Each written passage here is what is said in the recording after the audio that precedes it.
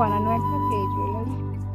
এখানে আমি একটা হাঁস করেছি এবং এর সাথে আমি দুটো পলাশ ফুল দিয়েছি এবং নিচের দিকে ফাঁকা লাগার কারণে আমি আরও দুটো পাতা যুক্ত করে দিয়েছি।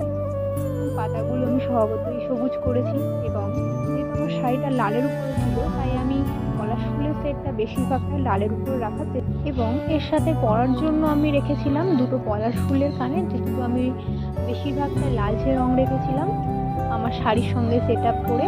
এবং এছাড়াও আমি হাঁসের পাখনাটাতে একটু রেডিশ শেড আনার চেষ্টা করেছি। এরপরে আমি বুঝতে পারছিলাম না যে আমি কি কালার দিয়ে আমার হাড়ের সুতোটা বানাবো।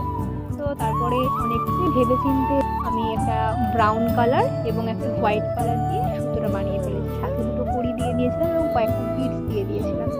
এটা ছিল আমার হারটার ফাইনাল লুক। তো তোমরা দেখে জানিও যে হারটা কেমন হয়েছে। থ্যাংক ইউ বন্ধুরা।